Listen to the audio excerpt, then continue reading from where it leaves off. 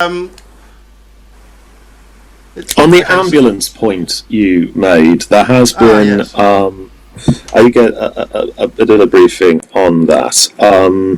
All ambulance staff have been wearing appropriate PPE from briefings I've been given.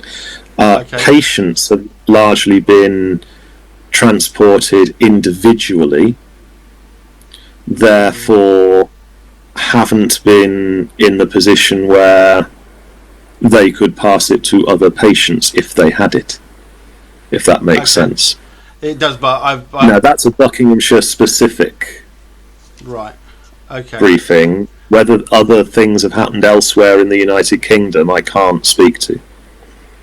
So the people that you spoke to basically are saying that they've not asked for two patients to be transported at the same time, whether it's NHS or ambulance.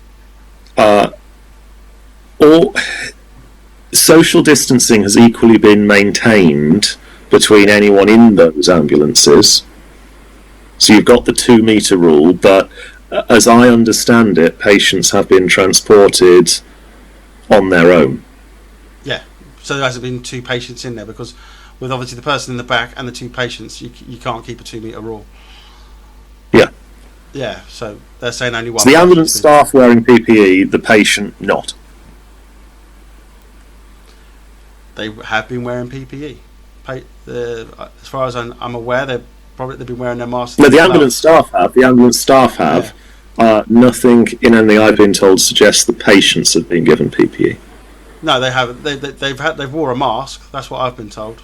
Yes. Sometimes patients have worn a mask, but not the full mask, visor, gloves, gown. I would expect somebody leaving the hospital to be wearing gloves.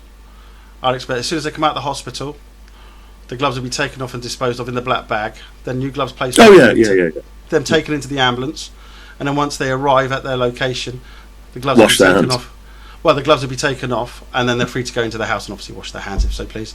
As per the document, or one of the other documents that I read, there's loads of documents.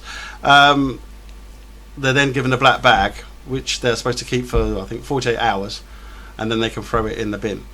Obviously, yes, that is a very important. That's a very important part of the guidance to everyone, actually. Yes, that is double bag as well. But actually, I think there's been a good cut through in the marketing around wash your hands, 20 seconds, soap dissolves the virus. There's been good marketing around the 2 metre rule, around understanding how long to go into isolation for display symptoms. Actually, something that probably hasn't been as well publicised, but is actually very important, not least to the key workers, refuse collectors every week, of the importance of ensuring if you have had the symptoms of COVID-19, particularly tissues you may have sneezed into or blown your nose into, to double bag them and to keep them in your house. Actually, I think for tissues it's 72 hours before putting them in your outside bin. No, you might be right there actually. It might be 72 hours. But I don't think it's in your house. I think it's outside, but not in the bin. Because if you keep it in the house, don't put your rubbish out for that.